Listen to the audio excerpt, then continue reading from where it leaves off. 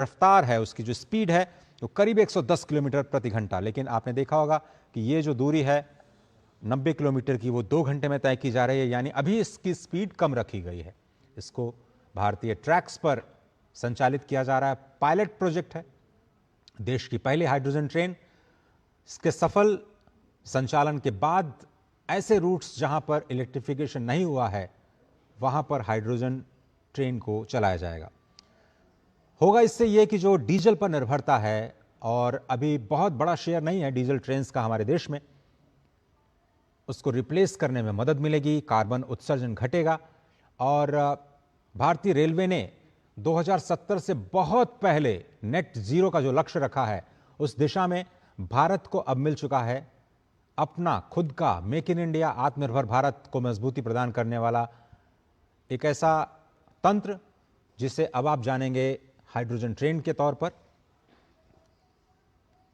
और आज भारत उन चुनिंदा विकसित देशों की कड़ी में शामिल हो चुका है जहां पर अत्याधुनिक सुरक्षा प्रणालियों के साथ इस नई नमो ग्रीन ट्रेन का संचालन किया जाएगा। आपको बताएं कि इस ट्रेन में कई आधुनिक सुरक्षा प्रणालियां लगाई गई हैं, जैसे कि हाइड्रोजन गैस लीक डिटेक्टर, जैसे ही कोई लीकेज होता है तुरंत डिटेक्ट कर लिया जाएगा उसको। आग और धुएं का पता लगाने वाले जो अल्ट्रा सेंसिटिव सेंसर्स हैं वो भी इसमें लगाए गए हैं। तापमान की निगरानी करने वाले सिस्टम्स हैं। किसी भी तरह की परेशानी को रोकने के लिए सुरक्षा सुनिश्चित की गई है। हाइड्रोजन कैसे आती है, तो जींद में पहले से ही ग्रीन हाइड्रोजन उत्पादन संयंत्र स्थापित किया गया है और वहां पर इलेक्ट्रोलाइसिस के जरिए पानी को हाइड्रोजन और ऑक्सीजन में विभाजित किया जाएगा, हाइड्रोजन को इकट्ठा किया जाएगा और उसके बाद हाइड्रोजन टैंक्स में उसको फिल किया जाएगा और उससे ही बिजली बनाई जाएगी जिससे कि ये ट्रेन चलेगी।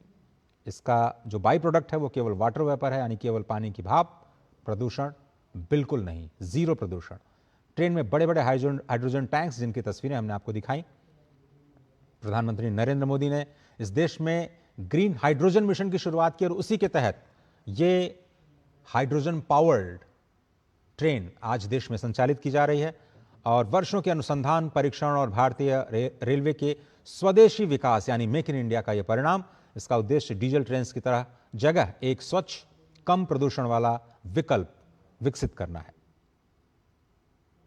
और इस ट्रेन के मानक जो हैं वो research design and standard organisation RSDO ने तय किए।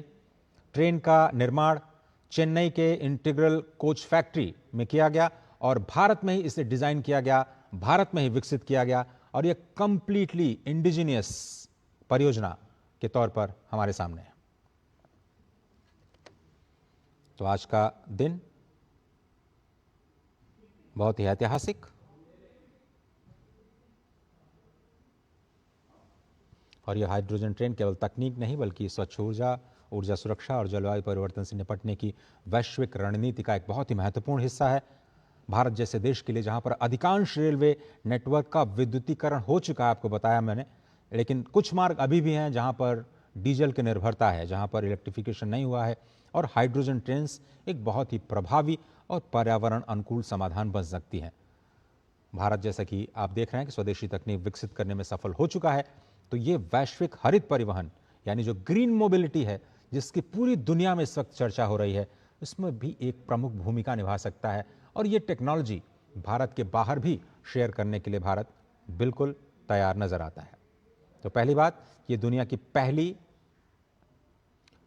जो व्यावसायिक हाइड्रोजन ट्रेन है, आपको बताएं कि फ्रांस में शुरू की गई थी, कोरोडिला आइलैंड, और एक बार हाइड्रोजन भरने के बाद इसे 1000 किलोमीटर तक चलाया जा सकता है, लगभग गति 140। ये दुनिया की पहली हाइड्रोजन ट्रेन है, उसकी हम बात कर रहे हैं। और ट्रेन के संचालन के दौरान केवल पानी की भाप निकलती है। हाइड्रोजन का उत्पादन जो है वो ग्रीन हाइड्रोजन से किया जाए तो पूरी की पूरी जो परिवहन श्रृंखला है वो कार्बन मुक्त हो सकती है। अभी इलेक्ट्रोलिसिस प्रोसेस में थोड़ा सा प्रदूषण जरूर होता है, लेकिन अगर इसको ग्रीन हाइड्रोजन के जरिए बनाया जाए, इस हाइड्रोजन के उत्पादन को सुनिश्चित किया जाए, इलेक्ट्रोलिसिस प्रक्रिया का वो न किया जाए,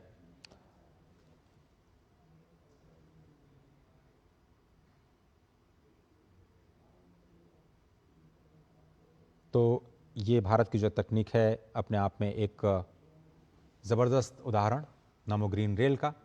और ग्रीन रेल इसलिए हम कह रहे हैं क्योंकि ये बिल्कुल प्रदूषण मुक्त, बार बार हम आपको ये समझा रहे हैं कि जो शून्य कार्बन उत्सर्जन है, केवल जल वाष्प निकलता है, वही इसकी सबसे बड़ी खासियत है। डीजल का विकल्प है, बहुत कम शोर करता है, डीजल इंजन की तुलना में बहुत ही शांत इसका इंजन है। ऊर्जा दक्षता के मामले में जो फ्यूल सेल है और बैटरी मिलकर के ऊर्जा का बहुत ही बेहतर उपयोग करते हैं। ब्रेकिंग ऊर्जा जो है उसका फिर से उपयोग किया जाता है, यानी रीजनरेटिव ब्रेकिंग से इसकी बैटरी को चार्ज किया जाता है और तेज़ रिफ्यूलिंग होती है। बैटरी चार्ज करने की तुलना में हाइड्रोजन फिल करने में बहुत कम समय लगता है। लंबी दूरी के लिए बहुत ही उपयुक्त है, जहाँ पर विद्युतीकरण व्यावहारिक नहीं है। मिसाल के तौर पर नॉर्थ ईस्ट की बात करें, जहाँ पर इलेक्ट्रिफिकेशन ट्रेन रूट्स का थोड़ा सा मुश्किल है, वहाँ पर इस तकनीक का इस्तेमाल किया जा सकता है। और सबसे पहले आपको बताएं 1960 में अमेरिकी अंतरिक्ष एजेंसी नासा, उसने अपने अपोलो मिशन में इस फ्यूल सेल तकनीक का इस्तेमाल किया था। रेल क्षेत्र में हाइड्रोजन तकनीक को जो कॉमर्शलाइजेशन करने का अगर श्रेय जाता है तो वो है फ्रांस की कंपनी एल्स्ट्रॉम को। एल्स्ट्रॉम ने सबसे पहला कैरेडिया आइलैंड नाम का दुनिया का पहला यात्री हाइड्रोजन ट्रेन विकसित किया। 2016 में इसका पहला सार्वजनिक प्रदर्शन किया गया। तो बहुत पुरानी बात नहीं है, सिर्फ 10 वर्ष पहले हाइड्रोजन ट्रेन का प्रदर्शन जर्मनी के बर्लिन में किया गया था। इनोट्रांस प्रदर्शनी का नाम था। और उसके बाद 2018 में जर्मनी ने पहली बार नियमित यात्री सेवा में हाइड्रोजन ट्रेन चलाई। तो जर्मनी को श्रेय जाता है यात्री ट्रेन चलाने का, उससे पहले फ्रांस को श्रेय जाता है इसको बनाने का। और एल्स्ट्रॉम कंपनी बहुत ही जानी मानी कंपनी जिसने इसका सबसे पहले निर्माण किया। और 2022 में जर्मनी दुनिया का पहला देश बना जिसने पूरी तरह से हाइड्रोजन ट्रेन का व्यावसायिक बेड़ा यानी कॉमर्शियल ऑपरेशन शुरू किया।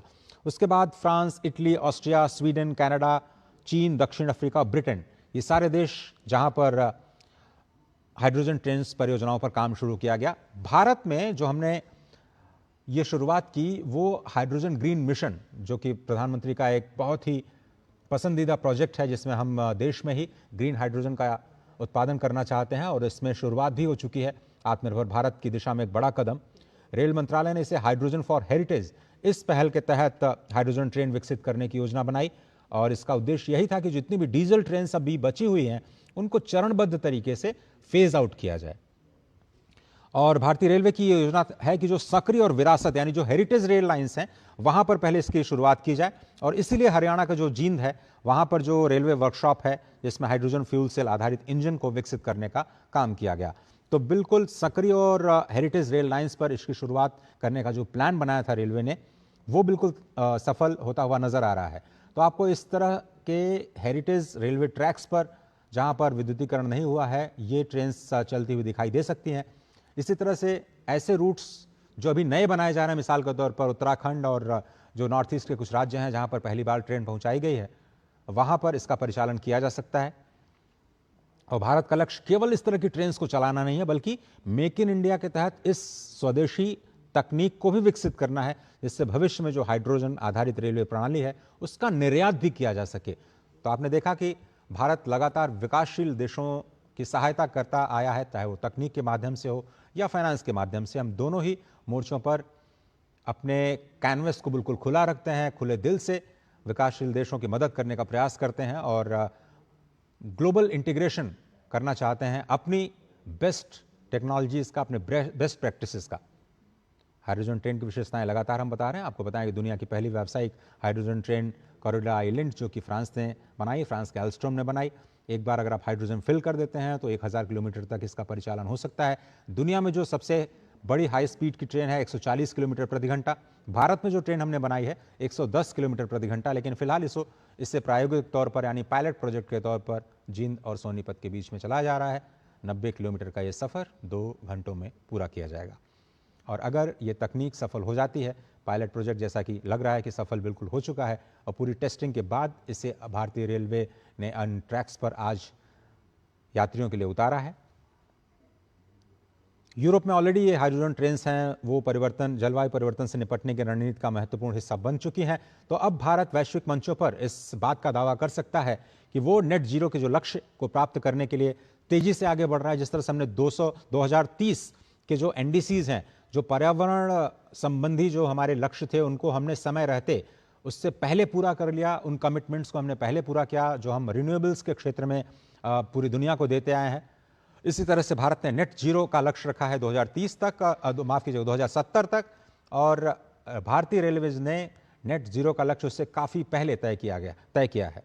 और भारत का जो नेशनल ग्रीन हाइड्रोजन मिशन है उसमें कई क्षेत्रों में हाइड्रोजन उपयोग को बढ़ावा देना मकसद, और रेलवेज में ग्रीन हाइड्रोजन को बढ़ावा देना, हाइड्रोजन को बढ़ावा देना, इस तरह की पहल की जा रही है। और चूंकि हाइड्रोजन ट्रेन्स में हाई प्रेशर टैंक्स में हाइड्रोजन बिल्कुल सिक्योर सेफ तरीके से संग्रहित की जाती है और अंतर्राष्ट्रीय सुरक्षा मानकों का पालन किया गया है, भविष्य में जो बैटरी और हाइड्रोजन तकनीक दोनों मिला करके, जिस तरह से हमने कहा कि जो ब्रेकिंग तकनीक होती है उसका इस्तेमाल किया जाता है बैटरी को चार्ज करने के लिए, तो ये दोनों तकनीकें मिल करके, हाइड्रोजन तकनीक और बैटरी दोनों ही मिलकर के रेल परिवहन को और ज़्यादा क्लीन और सस्टेनेबल, जिसको हम सतत और टिकाऊ विकास कहते हैं, उसमें मदद करती हुई नजर आएंगी।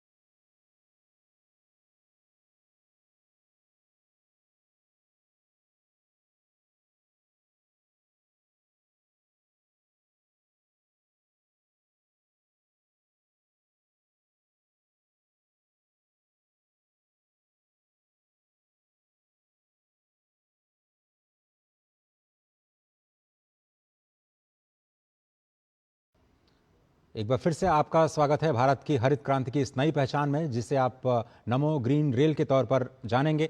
ये सिर्फ एक ट्रेन नहीं है, बल्कि ये स्वच्छ, सुरक्षित और आत्मनिर्भर भारत की ओर बढ़ता एक सशक्त कदम है। भारतीय रेलवे का लक्ष्य, जिस तरह से हम आपको बता रहे हैं कि 2030 तक नेट जीरो कार्बन उत्सर्जन का लक्ष्य हासिल किया जाए, नमो ग्रीन रेल उसी लक्ष्य को गति देने वाला एक महत्वपूर्ण पहल है। एक बहुत ही सशक्त पहचान भारत में आत्मनिर्भर भारत अभियान को बढ़ावा देने के लिए, मेक इन इंडिया को बढ़ावा देने के लिए 2070 तक देश का लक्ष्य है नेट जीरो का, 2030 तक भारतीय रेलवेज का है लक्ष्य नेट जीरो होने का, यानी जितना प्रदूषण वो करते हैं उतना रिन्यूएबल्स वो खुद प्रोड्यूस करें, नेट जीरो उसी स्थिति को कहते हैं।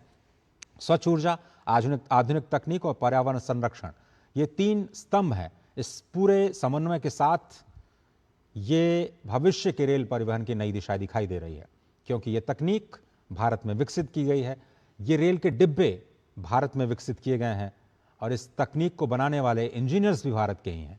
पूरी तरह से स्वदेशी और ऊर्जा दक्ष तकनीक, यानी जो एनर्जी एफिशिएंट टेक्नोलॉजी है उसका इस्तेमाल इसमें किया जा रहा है, और ग्रीन हाइड्रोजन जैसे इनोवेशंस को प्रयोग करके प्रदूषण कम करने और ऊर्जा सुरक्षा को सुनिश्चित करने के लिए ये महत्वपूर्ण कदम। और आप देख रहे हैं प्रधानमंत्री नरेंद्र मोदी जिस मिशन को लेकर के आगे बढ़ रहे हैं, जिस ग्रीन मिशन पे उनका इतना बड़ा फोकस है कि वो बड़े इन्वेस्टमेंट लाना चाहते हैं, पूरी दुनिया में इस बात को बार बार कहते हैं कि भारत नेट जीरो की तरफ जा रहा है, आप हमारे साथ तकनीक, हमारे साथ फाइनेंस शेयर करिए, और निवेशकों का आह्वान करते हैं भारत के ग्रीन हाइड्रोजन और ग्रीन मोबिलिटी में इन्वेस्ट करने के लिए जहां भी वो जाते हैं।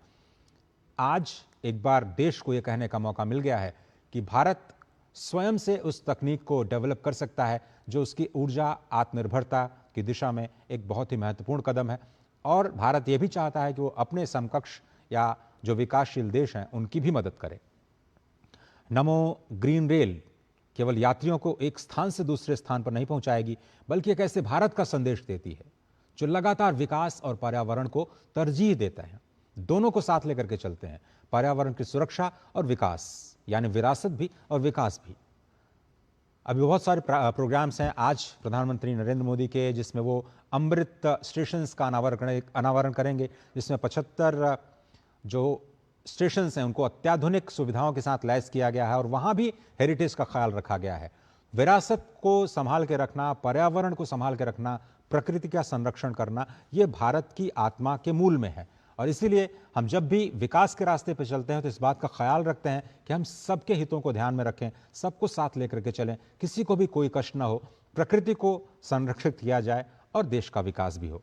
तो ये जो नमो ग्रीन रेल है वो एक ग्रीन थिंकिंग, एक हरित सोच, आधुनिक तकनीक, मॉडर्न टेक्नोलॉजी और विकसित भारत की नई रफ्तार है। इस हरित अभियान का हिस्सा आज भारतीय रेल बन चुका है। 2070 तक देश के नेट जीरो और 2030 तक अपने खुद के, भारतीय रेलवे के खुद के नेट जीरो के लक्ष्य को हासिल करने के लिए इस ग्रीन मिशन का एक बहुत बड़ा पड़ाव आज हरियाणा के जींद स्टेशन में आप देख रहे हैं। प्रधानमंत्री नरेंद्र मोदी के साथ हरियाणा के मुख्यमंत्री और भारत के रेल मंत्री अभिवादन करते हुए इस तकनीक का, उन सभी दक्ष इंजीनियर्स का, हमारे वैज्ञानिकों का, जिन्होंने इस मुकाम को हासिल किया, जो पर्यावरण और विकास दोनों को साथ लेकर के चलते हैं और दुनिया को दिखाते हैं कि भारत सक्षम है उन सभी तकनीकों को विकसित करने के लिए जो भारत के विकास के लिए, विकसित भारत के लिए अत्यंत आवश्यक है।